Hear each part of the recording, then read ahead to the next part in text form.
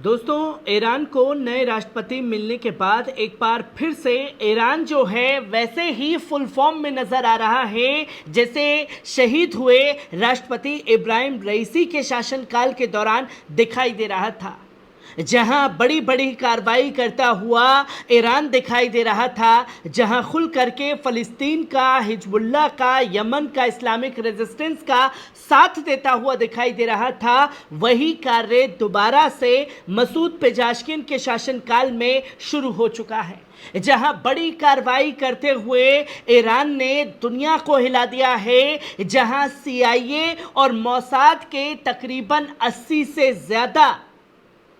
जो जासूस थे उन्हें गिरफ्तार करने का काम किया है। एक बड़ी आतंकी साजिश जो है ईरान के अंदर मुहर्रम में मातम के जुलूस के दौरान मचाने की साजिश थी, जिसे पूरी तरीके से नाकाम किया है खुद ईरान की सेना ने, जिसकी जानकारी जो है वो सामने आ रही है, जो कि आप साफ तौर पर स्क्रीन पर देख सकते हैं कि बड़ा ऐलान खुद ईरान की तरफ से ये किया गया है, जहां ये बताया गया ईरान के खुफिया अधिकारियों द्वारा, जिन्होंने कहा कि ईरान की सुरक्षा को बाधित करने की मोसाद और CIA की 89 योजनाओं को विफल कर दिया है, जिसमें 89 बड़े हमले जो हैं वो किए जा सकते थे, जिसमें ये बताया गया कि तकरीबन 560 हथियार और 42,000 कारतूस जब्त किए गए हैं। घात लगाकर किए गए हमलों में बड़ी संख्या में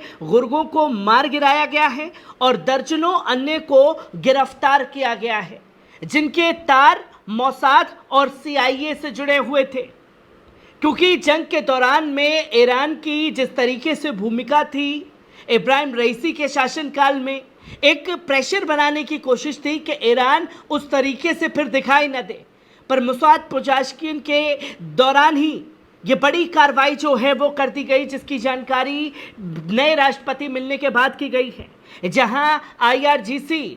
और इरना न्यूज़ एजेंसी ने भी इसका खुलासा किया और बताया कि ईरान के खुफिया मंत्रालय की एक हालिया रिपोर्ट में ये घोषणा की गई है कि पिछले 45 दिनों में सीधी झड़पों में मंत्रालय की आतंकवाद विरोधी इकाई ने आतंकवादी समूह पर 89 प्रहार किए हैं।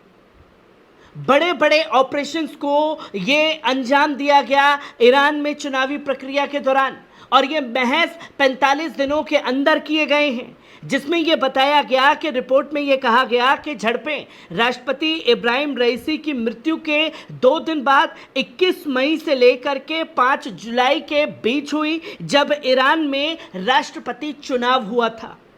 और उस दौरान जो राष्ट्रपति बनाए गए बघेरी साहब, उनके शासनकाल के दौरान ये सारी गतिविधियों को अंजाम दिया गया, जो कि बड़ा ऑपरेशन ईरान द्वारा चलाया गया। रिपोर्ट में यह भी कहा गया कि ईरान ने अपनी गतिविधियों को फिर से शुरू करने का प्रयास किया है। तकफीरी आतंकवादियों में राष्ट्रपति राइसी की मृत्यु के बाद की स्थितियों का फायदा उठाने की कोशिश की और उनके अंतिम संस्कार और समारोह में आतंकवादी हमलों को अंजाम देने के लिए देश में इन लोगों ने प्रवेश किया था, जहां देश में राष्ट्रपति चुनाव के 2 दौर के दौरान अन्य हमले भी हुए। ये देखते हुए कि 89 सीधी झड़पों में ईरानी सुरक्षा बलों और बुद्धिमान एजेंटों ने आतंकवादी तत्वों पर भारी प्रहार किया है, और रिपोर्ट में यह बताया गया कि 560 हमलावर बंदूकें, 41,895 गोलियों और 9 बमों के साथ 10 आतंकवादियों, उन्हें हथियारों की आपूर्ति करने वालों को गिरफ्तार किया गया,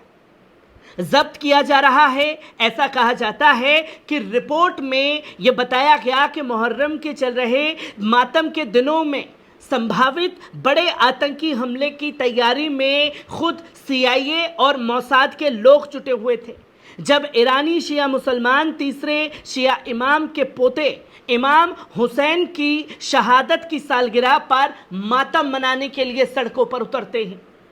मुहर्रम के दौरान ये बड़ी साजिश जो है वो रची जाती, जिसको नाकाम कर दिया गया, और एक बड़ी कामयाबी ईरान ने जंग के बीच में हासिल की है। और ये मैसेज साफ तौर पर मोसाद और CIA को दे दिया कि हम किसी भी कीमत पर रुकने वाले नहीं हैं। अगर आप इसी तरीके से आतंकी घटनाएं कराना चाहते हैं, और दुनिया बखूबी ये जानती है कि कैसे आतंकवाद को पालपोस करके बड़ा करने वाला अमेरिका और उसके संरक्षण में पलने वाला है इजराइल, जो कि बड़े बड़ी हरकतों को अंजाम दिया गया। और जंग के बीच में ये तस्वीरें लोगों के सामने बखूबी आई। ISIS जिस तरीके से लोगों को मारने का काम करता है, वैसे ही सेम तरीके से मारने की कोशिश ईरान की सेना द्वारा मजलूम फिलिस्तीनियों को की गई, जिसकी तमाम तस्वीरें जंग के दौरान में सामने आई हैं। पर इसी बीच ये खुल करके ऐलान कर दिया गया जब मोसाद पेजेश्कियान ने ये ऐलान किया कि हम किसी भी कीमत पर इस्लामिक रेजिस्टेंस का साथ छोड़ने वाले नहीं हैं। तो ऐसे में जब मोसाद पेजेश्कियान की तरफ से हरी झंडी दे दी गई है IRGC को, तो IRGC के जनरल इस्माइल कानी ने भी खुल करके बड़ा ऐलान कर दिया है, जो कि साफ तौर पर बताया गया ईरान इजरायली कब्जे वाली इकाई के खिलाफ अपने संघर्ष में प्रतिरोध का समर्थन करना जारी रखेगा। इस्लामिक रिवोल्यूशनरी गार्ड कॉर्प्स के कुदस फोर्स के कमांडर ईरानी ब्रिगेडियर जनरल इस्माइल कानी ने ये बात सोशल मीडिया के जरिए लोगों के सामने रखी और वरिष्ठ नेताओं को बताया कि ईरान के मेहर समाचार एजेंसी ने इसका खुलासा किया है।